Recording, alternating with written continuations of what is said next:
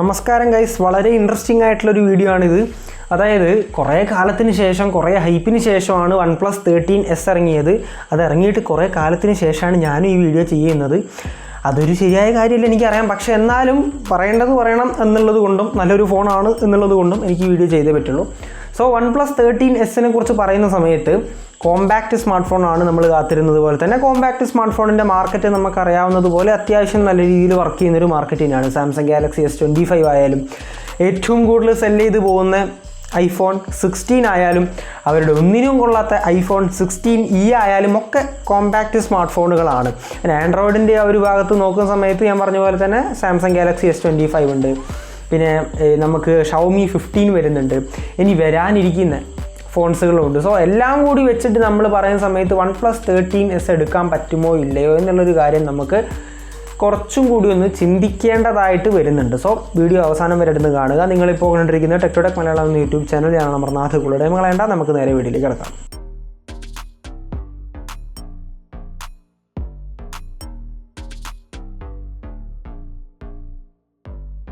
So first of all pricing പറയുന്ന സമയത്ത് base variant 256GB 55,000 രൂപയും ടോപ്പ് വേരിയൻറ്റ് 512GB 60,000 രൂപയുമാണ്. സ്റ്റാർട്ടിംഗ് പ്രൈസ് 50,000 നിങ്ങൾക്ക് കിട്ടും. 5,000 രൂപയുടെ ബാങ്ക് ഓഫറും കാര്യങ്ങളൊക്കെ വരുന്നുണ്ട്. സോ 50,000 രൂപ പ്രൈസ് പോയിൻ്റാണ് ബേസ് പ്രൈസ് എന്ന് പറയുന്നത്. ഇനി ടോപ്പ് വേരിയൻറ്റ് എടുക്കുകയാണെങ്കിൽ നിങ്ങൾക്ക് 60,000 രൂപ അല്ലെങ്കിൽ 55,000 കിട്ടും.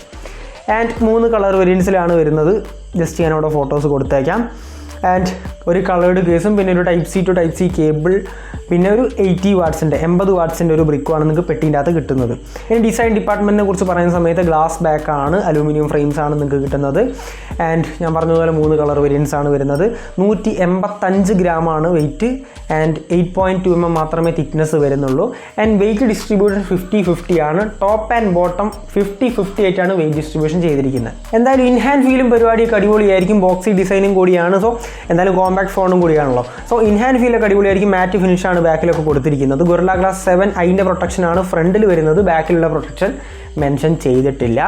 ആൻഡ് IP68 690 ഒന്നും പ്രൊട്ടക്ഷനോ കാര്യങ്ങളോ സംഭവമൊന്നും നിങ്ങൾക്ക് കിട്ടുന്നില്ല. IP65 മാത്രമാണ് കിട്ടുന്നത്. And that's a downgrade for this price range. And AI ഒക്കെ നമുക്ക് ഉപയോഗിക്കാൻ പറ്റുന്ന രീതിയിലുള്ളൊരു പ്ലസ് കീ, OnePlusൻ്റെ പ്ലസ് കീ അവർ കൊടുത്തിട്ടുണ്ട്. അലർട്ട് സ്ലൈഡർ RIP അത് പോയി കഴിഞ്ഞു. ഐഫോണിൽ നിന്ന് ഇൻസ്പയർ ആയിട്ടുള്ളൊരു കീ ആണെന്ന് പറയാം. സംഭവം പറയണ കോപ്പി അടിച്ചതാണ്, അത്രേ പറയാനുള്ളൂ. പക്കാ കോപ്പിയാണ്. അപ്പോൾ പ്ലസ് കീ ആണ്. അതിൽ നമുക്ക് എന്താ ചെയ്യാൻ പറ്റുന്നുള്ള സോഫ്റ്റ്വെയർ അല്ല ഇപ്പോൾ തന്നെ പറഞ്ഞാൽ അതിൽ പ്രത്യേകിച്ചൊന്നുമില്ല. നമുക്ക് എന്തെങ്കിലുമൊക്കെ ഒരു ഫംഗ്ഷൻ അസൈൻ ചെയ്യാൻ പറ്റും, അത് തന്നെ. പിന്നെ അതുപയോഗിച്ച് നമുക്ക് മൈൻഡ് സ്പേസ് ചെയ്യാൻ പറ്റും, സ്ക്രീൻഷോട്ട് എടുക്കാം, അനലൈസ് ചെയ്യാം, AI ഒക്കെ ഉപയോഗിക്കാൻ പറ്റും, അത് തന്നെയാണ്. ഇനി നമുക്ക് Type C 2.0 ആണ് കിട്ടുന്നത്. 3.2 കാര്യങ്ങളൊന്നും കിട്ടുന്നില്ല. അടുത്ത കോംപ്രമൈസ്. ഇതൊക്കെ ബിഗ് ഡീലാണോ എന്ന് ചോദിച്ചു കഴിഞ്ഞാൽ ബിഗ് ഡീൽസ് വേറെ വരുന്നുണ്ട്, ഞാൻ പറഞ്ഞുതരാം. ഇനി ഡിസ്പ്ലേ ആൻഡ് ഓഡിയോ ഡിപ്പാർട്ട്മെൻറ്റ് നോക്കുന്ന സമയത്ത് 6.32 ഇഞ്ചസിൻ്റെ കോമ്പാക്റ്റ് സ്മാർട്ട് ഫോണാണ്. ചെറിയ ഡിസ്പ്ലേ ആണ്.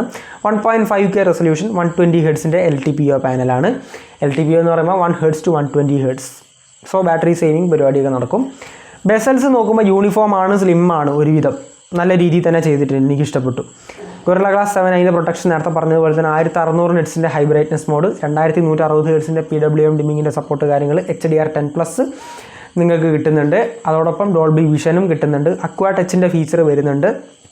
ഡ്യുവൽ സ്റ്റീരിയോ സ്പീക്കേഴ്സും കിട്ടുന്നുണ്ട്. സോ ഈ ഒരു പ്രൈസ് റേഞ്ചിൽ നല്ല മൾട്ടിമീഡിയ എക്സ്പീരിയൻസും പരിപാടിയൊക്കെ നിങ്ങൾക്ക് കൂടെ കിട്ടും. അതിലൊന്നും യാതൊരു വിധ പ്രശ്നവും വരാൻ പോകുന്നില്ല. അടുത്ത performance department Qualcomm Snapdragon 8 Elite. ഈ ഒരു പ്രൈസ് റേഞ്ചിൽ 8 Elite തന്നെ കൊടുത്തു എന്നുള്ളതൊരു നല്ല കാര്യം തന്നെയാണ്. അത് അപ്രീഷിയേറ്റ് ചെയ്യണം. 50,000 രൂപയ്ക്ക് ഇപ്പോൾ 8 Elite കിട്ടുന്നത് ഈ ഫോണും iQ13 മാത്രമേ ഉള്ളൂ. LPDDR5X UFS 4.0, അതായത് Ram and storage type. So നല്ല ഫാസ്റ്റ് ആൻഡ് ഫ്യൂരിയസ് പരിപാടികളൊക്കെ ആയിരിക്കും.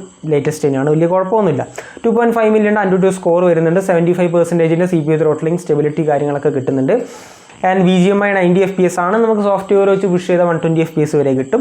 ജെൻഷൻ ഇമ്പാക്ട് 60 FPS കളിക്കാൻ പറ്റുന്നുണ്ട്. COD 120 FPS കളിക്കാൻ പറ്റുന്നുണ്ട്. ഒരു 4400 mm² സംതിങ് ഉള്ള ഒരു VC കൂളിംഗ് സിസ്റ്റം ഒക്കെ കൊടുത്തത് കൊണ്ട് തന്നെ ഹീറ്റിങ്ങും അത്ര രീതിയിൽ പോകുന്നില്ല. സോ ഒരു കോമ്പാക്റ്റ് ഫോൺ എന്നുള്ള നിലയ്ക്ക് വളരെ അടിപൊളിയായിട്ടൊന്നും ഹീറ്റ് ആവുന്നില്ല, നല്ല രീതിയിൽ തന്നെ ഗെയിം കളിക്കാനും കാര്യങ്ങളൊക്കെ പറ്റും. അതൊരു പ്ലസ് പോയിന്റ് തന്നെയാണ്. അടുത്ത പ്ലസ് പോയിന്റ് എന്ന് പറയുന്നത് ബാറ്ററി സെക്ഷനാണ്.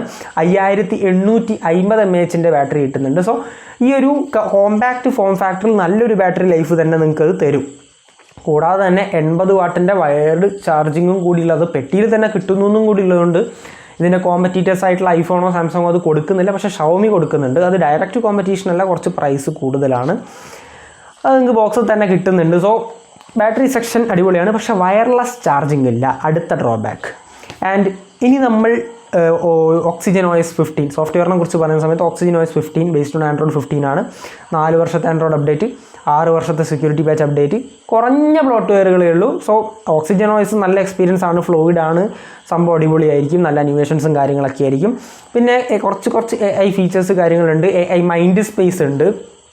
അതായത് നിങ്ങൾ സ്ക്രീൻഷോട്ടൊക്കെ എടുത്ത് അതൊക്കെ വളരെ ഇമ്പോർട്ടൻ്റ് ആയിട്ടുള്ള ഇൻഫോ ഒക്കെ അനലൈസ് ചെയ്തുകൊണ്ട് AI കൊണ്ട് അനലൈസ് ചെയ്തുകൊണ്ട് സ്കാൻ ചെയ്തിട്ട് അത് നിങ്ങൾക്ക് സേവ് ചെയ്ത് വെക്കുന്ന ഓരോ പരിപാടികളൊക്കെ ഉണ്ട്. പിന്നെ AI സെർച്ച് വരുന്നുണ്ട്, AI വോയിസ് സ്ക്രൈബ് വരുന്നുണ്ട്, സർക്കിൾ ടു സെർച്ച് വരുന്നുണ്ട്, ജെമിനി വരുന്നുണ്ട് ഗൂഗിളിൻ്റെ. പിന്നെ കോൾ റെക്കോർഡിങ്, അതായത് അവരുടെ സ്വന്തം ഡയലറാണ്, അതായത് കോൾ അസിസ്റ്റും കാര്യങ്ങളൊക്കെ വരുന്നുണ്ട്. സോ അവരുടെ സ്വന്തം ഡയലറാണ്, അതുകൊണ്ട് തന്നെ നിങ്ങൾക്ക് വിളിച്ച് പറയാത്ത കോൾ റെക്കോർഡിങ്ങും കാര്യങ്ങളൊക്കെ കിട്ടുന്നുണ്ട്. ഇനി നമുക്ക് മറ്റ് ഫീച്ചേഴ്സ് നോക്കുന്ന സമയത്ത് Wi-Fi 7 ബ്ലൂടൂത്ത് വേർഷൻ 6 വരുന്നുണ്ട്, ലേറ്റസ്റ്റ് ആണ്. NFC-യുടെ സപ്പോർട്ട് വരുന്നുണ്ട്, LHTC LDAC കോഡക്കുകൾ, ബ്ലൂടൂത്തിൻ്റെ കോഡക്കുകളൊക്കെ കിട്ടുന്നുണ്ട്. ഒരു ഡെഡിക്കേറ്റഡ് Wi-Fi ചിപ്സെറ്റ് വരുന്നുണ്ടെന്ന് പറയുന്നു. സോ നമുക്ക് Wi-Fi കണക്ടിവിറ്റി കാര്യങ്ങളൊക്കെ അടിപൊളിയായിരിക്കും എന്ന് പ്രതീക്ഷിക്കാം. IR ബ്ലാസ്റ്റർ വരുന്നുണ്ട്, നല്ല രീതിയിലുള്ള ഹാപ്റ്റിക് ഫീഡ്ബാക്ക് കാര്യങ്ങളൊക്കെ വരുന്നുണ്ട്. IR ബ്ലാസ്റ്റർ എന്ന് പറഞ്ഞാൽ നിങ്ങൾക്ക് ഫോൺ കൊണ്ട് TV റിമോട്ട് പോലെ ഉപയോഗിക്കാം, AC റിമോട്ട് ഉപയോഗിക്കാം. ഹാപ്റ്റിക് ഫീഡ്ബാക്ക് എന്ന് പറഞ്ഞു കഴിഞ്ഞാൽ നിങ്ങളുടെ ഫോണിൻ്റെ വൈബ്രേഷൻ മോട്ടറാണ്. അതായത് നമ്മൾ ജിങ് നമ്മൾ ടൈപ്പ് ചെയ്യുന്ന സമയത്തുള്ള വൈബ്രേഷനും കാര്യങ്ങളും, നമ്മൾ ഓരോ ബട്ടൺസൊക്കെ ചെയ്യുമ്പോൾ നല്ല വൈബ്രേഷൻ, സംഭവം അടിപൊളിയാണ്, നല്ല രീതിയിൽ തന്നെ ചെയ്തിട്ടുണ്ട്. പക്ഷേ optical in display fingerprint സ്കാനറാണ് കൊടുത്തിരിക്കുന്നത്, അൾട്രാസോണിക് കൊടുത്തിട്ടില്ല, അടുത്ത ഡ്രോബാക്ക്. സോ അതൊരു അൾട്രാസോണിക്കാണ് മോർ റിലയബിൾ, കാരണം ഈ ഒരു പ്രൈസ് റേഞ്ച് ആയതുകൊണ്ടാണ് പറയുന്നത്. ആൻഡ് ഫേസ് അൺലോക്ക് ഒബ്വിയസ്ലി അത് കൊടുത്തിട്ടുണ്ട്. ഇനി ലാസ്റ്റ് ആൻഡ് ഫൈനലായിട്ട് നമ്മൾ ഈ ഒരു ഫോണിൻ്റെ ക്യാമറ സെക്ഷൻ നോക്കുന്ന സമയത്ത് first of all ultra wide ഇല്ല. ആൻഡ് നിങ്ങൾക്ക് കിട്ടുന്നത് 50 മെഗാപിക്സലിൻ്റെ LYT 700 എന്ന് പറയുന്ന പ്രൈമറി സെൻസർ, OIS വരുന്നുണ്ട്. പക്ഷേ OIS ഇല്ലാത്ത ഒരു ടെലിഫോട്ടോ ലെൻസും കൂടിയാണ് കൊടുത്തിരിക്കുന്നത്, അതും 2x. സാംസങ്ങിൻ്റെ JN5 സെൻസറാണ്, അതും 50 മെഗാപിക്സൽ തന്നെയാണ്.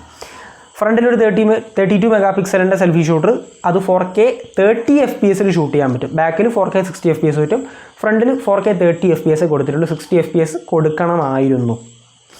AI എഡിറ്റർ വരുന്നുണ്ട്, AI റീകമ്പോസ് വരുന്നുണ്ട്, AI ഇറേസർ വരുന്നുണ്ട്. ഇറേസറൊക്കെ എന്നോ ഇറങ്ങിയതാണ്. അപ്പോൾ അങ്ങനെയാണ് ഈ ഒരു ഫോണിൻ്റെ ക്യാമറ സെക്ഷൻ വരുന്നത്. ക്യാമറയിൽ അൾട്രാ വൈഡ് കൊടുത്തിട്ടില്ല, ടെലിഫോട്ടോയിൽ സ്റ്റെബിലൈസേഷൻ കൊടുത്തിട്ടില്ല, അങ്ങനെ കുഞ്ഞു പിന്നെ പ്രൈമറി ക്യാമറ എന്ന് പറയുന്നത് അത്ര ടോപ്പ് സെൻസർ അല്ല കൊടുത്തിരിക്കുന്നത്.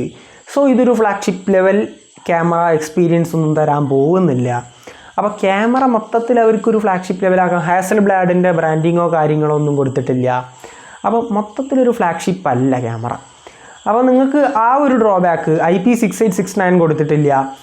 പിന്നെ അപ്പോൾ അങ്ങനെ പറയുന്ന സമയത്തെ ഈ ഫോണ് കണ്ണും പൂട്ടി എടുക്കാനൊന്നും ഞാൻ പറയില്ല. ഫൈനൽ വെർഡിക്റ്റ് പറയുന്ന സമയത്ത് കണ്ണും പൂട്ടി എടുത്തോളാം ഞാൻ പറയില്ല.